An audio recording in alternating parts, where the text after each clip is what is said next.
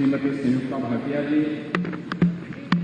प्रदेश सरकार में मेरे सहयोगी मंत्रीगण श्री आशीष पटेल जी, श्री दयाशंकर सिंह जी, श्री असीम अरुण जी, श्री धर्मपाल सिंह जी, श्री दिनेश प्रताप सिंह जी, श्री अनूप वाल्मीकि जी,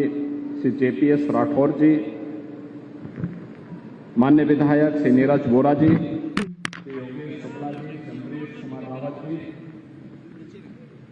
प्रदेश के मुख्य सचिव और इंस्टीट्यूट के अध्यक्ष श्री दुर्गा शंकर मिश्र जी,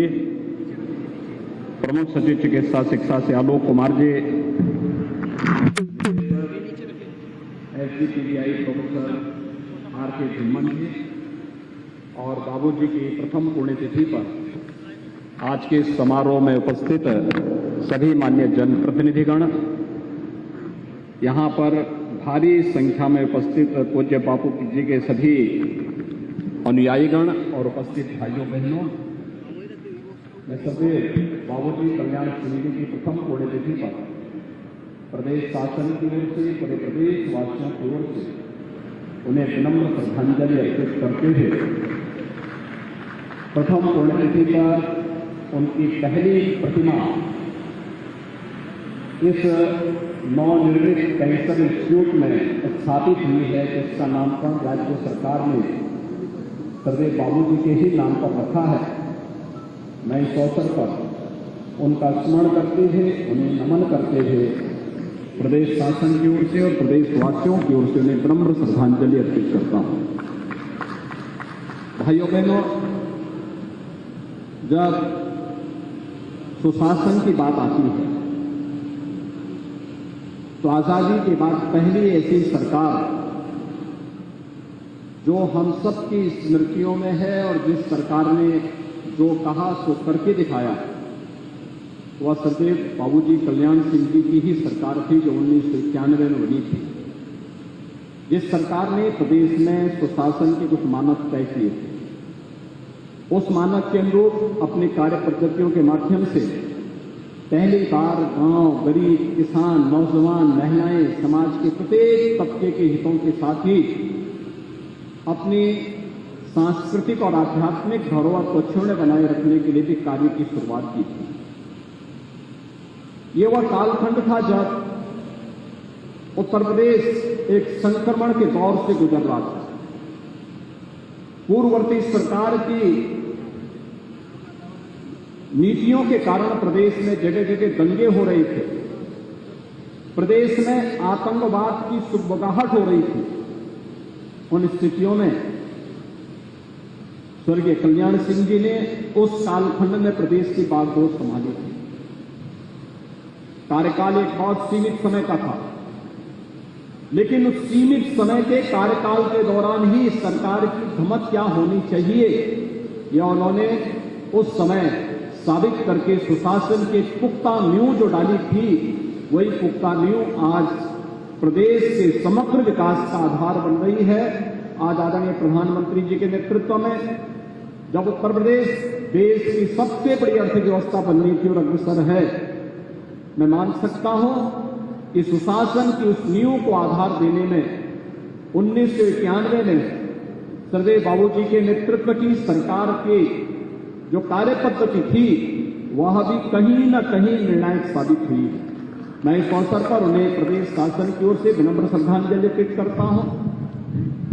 ये मेरा सौभाग्य है और हमारी सरकार का सौभाग्य है कि हमने बाबूजी के दिवंगत होने पर इस संस्थान का नामकरण सर्वदेव बाबूजी के ही नाम पर,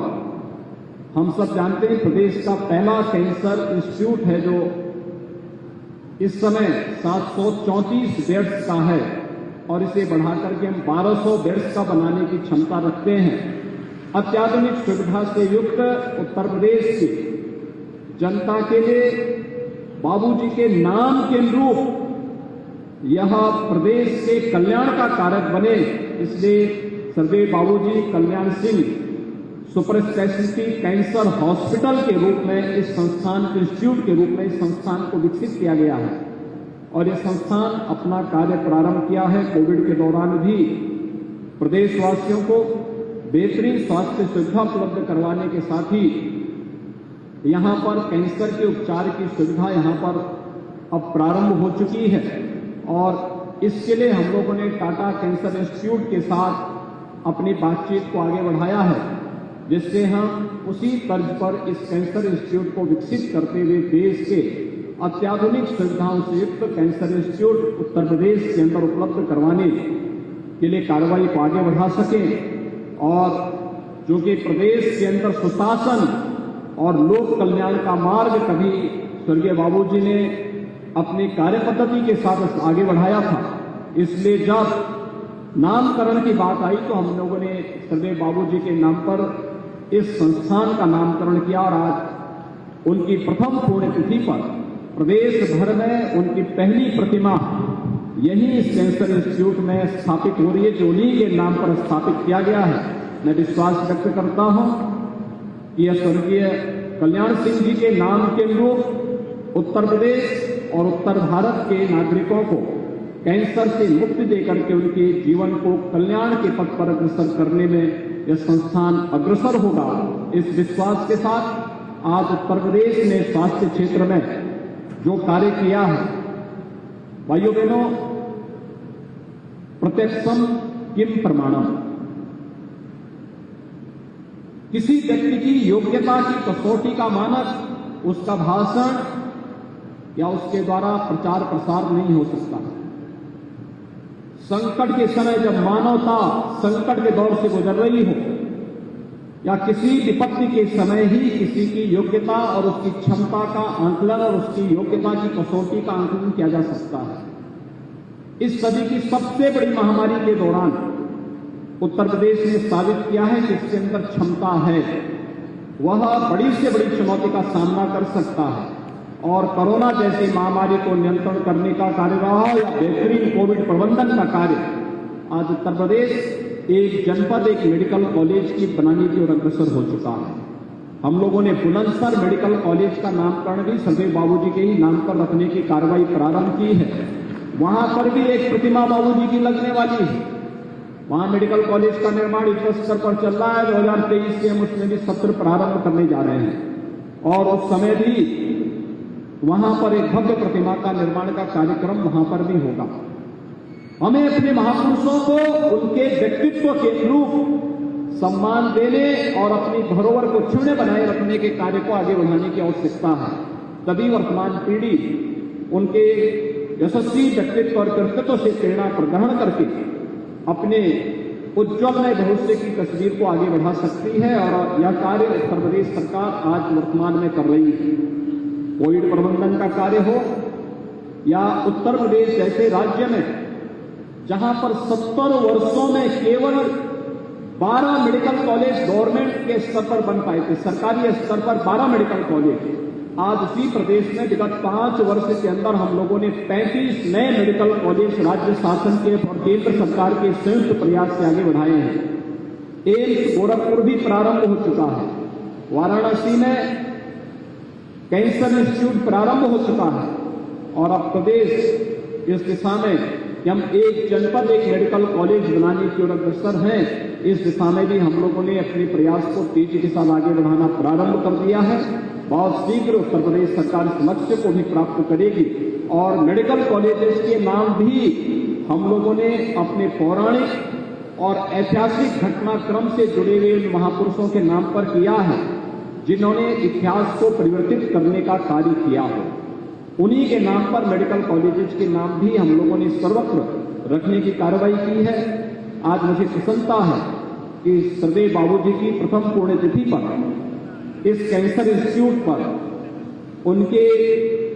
व्यक्तित्व के अनुरूप और उनके परिवारजनों के भावनाओं के अनुरूप, उनके अनुयायियों की भावनाओं के अनुरूप इस प्रतिमा का, इस भव्य प्रतिमा का लोकार्पण का कार्यक्रम संपन्न हुआ है और आने वाले समय में बाबूजी के नाम को आगे बढ़ाने के लिए राज्य शासन ने जो कार्य पद्धति आगे बढ़ाई है, समग्र ग्राम्य विकास की जितनी भी कार्रवाई हमारी आगे बढ़ेगी,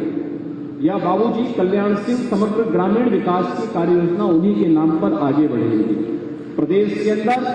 ग्रामीण क्षेत्र में जहां पर 2017 के पहले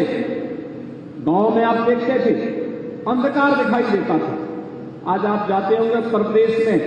मैं अभी 5 दिन पहले सहारनपुर से लखनऊ आ रहा था और फिर अगले दिन लखनऊ से रात्रि को गोरखपुर जा रहा था। मैं देख रहा था सहारनपुर से लेकर गोरखपुर तक, यानी एक पूरब में है, एक पश्चिम में है। मुझे चारों ओर जहां भी मैं नजर दौड़ाता था, हर गांव में एलईडी स्ट्रीट लाइट जगमगा रही थी। ये स्वर्गीय बाबूजी के व्यक्तित्व का करामात है कि बाबूजी कल्याण सिंह समग्र ग्रामीण विकास की जिस कार्य योजना को वर्तमान में राज्य शासन आगे बढ़ा रही है, उसके तहत हर ग्रामीण क्षेत्र में एलईडी लाइट की जगमगाहट भी प्रदेश के समग्र विकास की तस्वीर को प्रस्तुत करता है। और ये कार्यक्रम एक निरंतरता को लेकर के आगे बढ़ेंगे, इस विश्वास के साथ श्रद्धेय बाबूजी की प्रथम पुण्यतिथि के अवसर पर मैं उन्हें प्रदेशवासियों की ओर से विनम्र श्रद्धांजलि अर्पित करते हुए